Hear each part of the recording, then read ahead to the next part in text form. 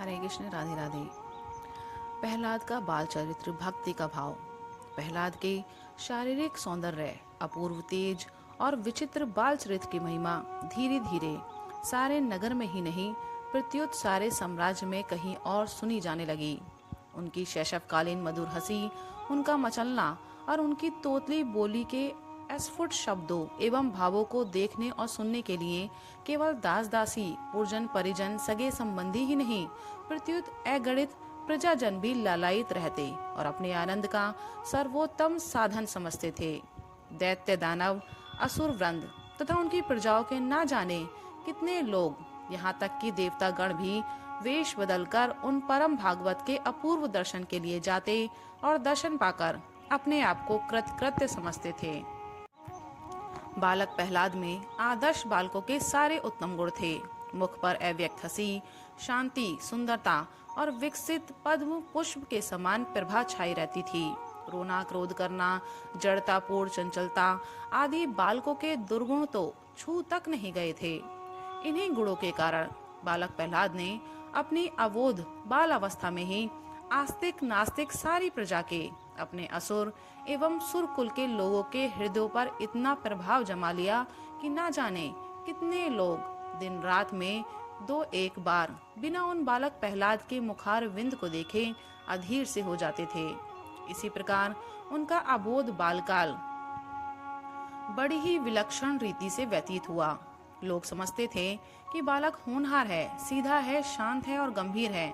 बालक राजकुमार है, अतएव उसमें इन गुणों का होना अचरज की बात नहीं, किंतु वास्तव में वहाँ कुछ और ही बात थी और उसके जानने वाले बिरले ही थे। बालक प्रहलाद अबोध अवस्था में भी वस्तुतः अबोध न थे। उनको महर्षि नारद के उपदेश ने उस अवस्था में भी हरि भक्ति में लीन और संसार बंधन से विहीन कर दिया था। उनका मन शांत था और ज्ञानी के समान वे सदा गंभीर रहते थे।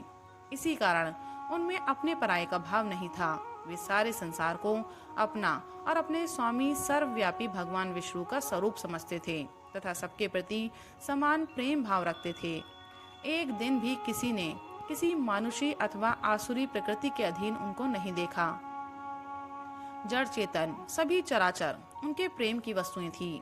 समस्त फूल पत्तों, पशुओं एवं पक्षियों की हंसी के साथ वे हंसते और उनके गाने के साथ गाते थे और अपनी नन्ही नन्ही सी तालियां बजाते थे।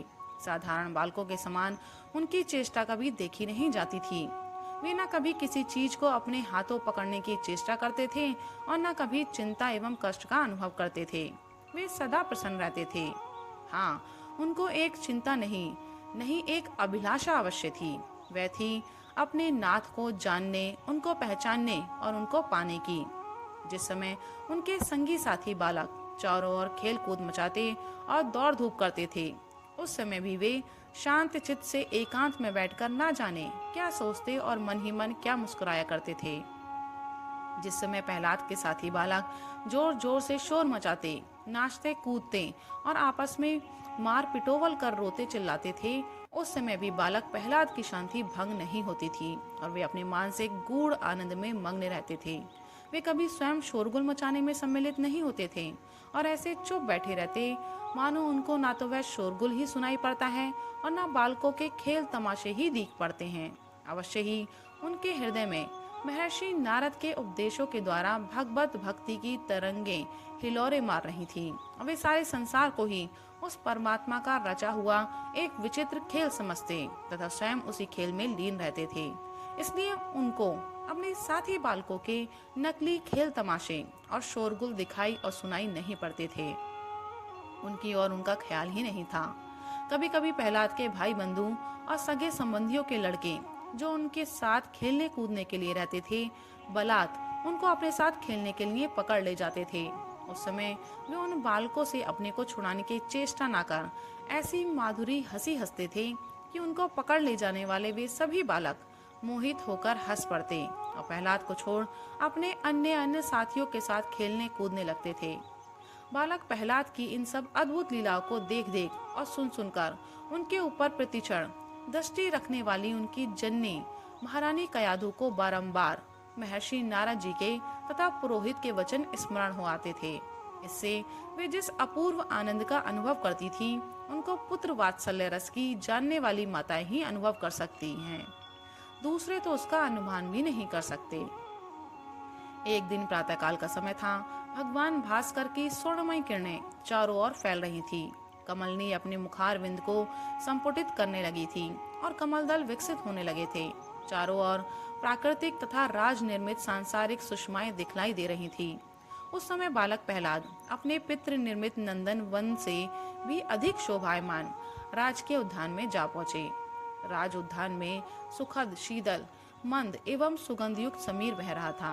तरह तरह के मनोहर कलरव करते हुए पक्षीगण उड़ रहे थे और ना जाने कितने प्रकार के आकार वाले मुख मंदिरों से निकल निकल कर निर्झरिणियों की तरल तरंगे अपनी छटा दिखला रही थी। छोटे छोटे सरोवरों में रंग बिरंगे कमल पुष्पों पर तथा प्रातःकालीन पुष्पित नवीन पुष्पराजों पर चारों ओर भ्रमर वृंद गूंजते हुए मंडरा रहे थे। मानो वे सारे के सारे मधुकर शने शने परम भागवत प्रहलाद के गुणगान करते हुए अपने जीवन को सफल बना रहे थे। उसी आनंदमय समय में, उसी आनंदवन के स्थान में बालक प्रहलाद प्रसन्न मन चारों ओर देख रहे थे तथा मंद मंद हंस रहे थे। मानो राज उद्यान की सारी प्राकृतिक एवं अप्राकृतिक शोभाओं में, पुष्पों और पुष्प परागों, सरोवरों और निर्झरिणियों में तथा पक्षी वृंद एवं मधुकर वृंद में वे अपने आराध्य देव, अपने सर्वस्व, अपने हृदय धन भगवान माधव की महिमा और उनकी अपूर्व लीला को देख देख कर आनंद की हंसी हंसते हुए उनकी मानसिक आराधना कर रहे थे। उसी समय बालक प्रहलाद को खोजती हुई उनकी माता कयाधु भी वहां जा पहुंची और अपने बालक पुत्र की उस अद्भुत हंसी को देखकर मंद स्वर से और स्नेह भरे शब्दों में कहने लगी, बेटा प्रहलाद, ये क्या हो रहा है? यहाँ अकेले किससे हंस रहे हो? प्रहलाद, माँ, मैं अपने प्राण धन और सारे संसार के सृजनहार हरि की महिमा देख रहा हूँ एवं उन्हीं से हंस रहा हूँ। उनकी लीलाओं की मानसी पूजा कर अपने अबोध जीवन के उद्धार के लिए उनकी सारी लीलाओं को और उनके प्रत्येक नाम को स्मरण कर रहा हूँ। माता, मेरे जीवनधार पुत्र प्रहलाद, तुम जो कुछ कह रहे हो और कर रहे हो, यदि ठीक भी हो तो भी तुम्हारे लिए यह उचित नहीं। बेटा, तुम अभी बालक हो, तुमको अभी अर्चा पूजा की क्या आवश्यकता है?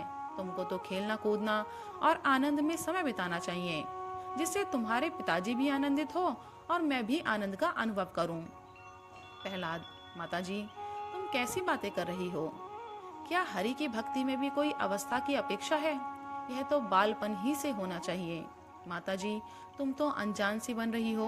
भला इससे बढ़कर अच्छा खेल संसार में और कौन सा है? और इससे अधिक सुख और किस काम में मिल सकता है? परमपिता परमात्मा की भक्ति में जो परमानंद है, वह किसी भी सांसारिक काम में नहीं है। यदि मेरे पिताजी मेरे आनंद से सचमुच आनंदित होते हैं, तो मेरी इस हरि भक्ति से और मेरे इस परमानंद से उनको निश्चय ही अपार आनंद प्राप्त होगा। माता, बेटा प्रहलाद, तुम नहीं जानते, तुम्हारे पिताजी यदि यह जानेंगे तुम हरि की भक्ति करते हो, तो वे तुम्हारे ऊपर अप्रसन्न होंगे, क्योंकि वे हरि से शत्रुता रखते हैं। वे कहते हैं कि भगवान हरि ने ही देवताओं का पक्ष लेकर और 12 रूप धर पाताल में हमारे भाई को मार डाला है। इसलिए हे बेटा, मैं तुमसे विनती करती हूँ, तुम अपने पूज्य पाद पिताजी को प्रसन्न रखने के लिए केवल हरि की उपासना ही नहीं, बल्कि उनका नाम लेना भी छोड़ दो। प्रहलाद, माँ, आज तो तुमने मुझे यह बड़े अचरज की बात सुनाई। क्या सचमुच पिताजी परम पिता परमेश्वर के साथ शत्रुता रखते हैं? भगवान विष्णु कभी पक्षपाती नहीं हो सकते। भला जो देव, दानव, दैत्य, राक्षस आदि सभी के उत्पादक और सभी के परम पिता हैं, वे देवताओं का पक्ष लेकर हमारे चाचा को अकारण मारे, क्या ऐसा होना कभी संभव है? माताजी, तुम ही बतलाओ कि तुम कभी हम और हमारे भाइयों के बीच पक्षपात कर किसी एक को जान से मार सकती हो? यदि नहीं, तो तुम उन परमपिता भगवान हरि पर विश्वास रखो। वे कभी भी ना तो किसी का पक्षपात करते हैं और ना किसी के साथ अन्याय। संभव है तुमको मालूम ना हो, और यह भी संभव है कि पिताजी को भी मालूम ना हो। उनके अनजान में चाचा जी ने अवश्य ही ऐसा कोई काम किया होगा जिसके लिए उस परम पिता परमात्मा को कृपा पूर्वक अपने हाथों उनको मारना पड़ा होगा। इसलिए तुम पिताजी को समझा दो, वे भगवान से शत्रुता ना करें और उनकी भक्ति के परम आनंद का अनुभव करें। माता, बेटा प्रहलाद, तुम ना जाने क्या कहते हो। पुत्र का परम धर्म पिता की आज्ञा मानना है। जब तुम्हारे पिताजी विष्णु का नाम लेना पाप समझते हैं, उनकी पूजा करना राजद्रोह समझते हैं और अपने सारे साम्राज्य में इसके लिए ढिंडोरा पिटवा चुके हैं तथा उनकी आज्ञा का पालन सभी सुरासुर कर रहे हैं, तब तुम उनके पुत्र होकर उनकी आज्ञा का पालन क्यों नहीं करते?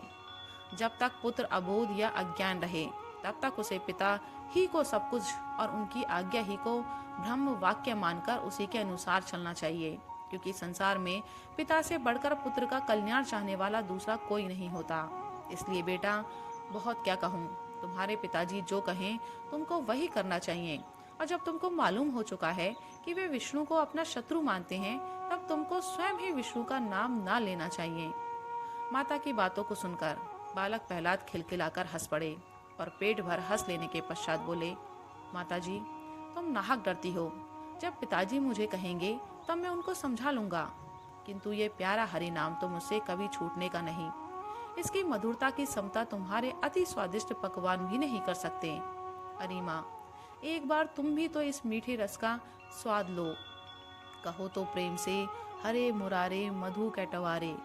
कयाधु ने समझ लिया कि इस समय इसको समझाना व्यर्थ है, यह बालहट है। जो जो इस रोग को छुड़ाने की चेष्टा की जाएगी, त्यों त्यों यह बढ़ता ही जाएगा। अतएव इस समय इसकी चर्चा ही ना की जाए तो ठीक है।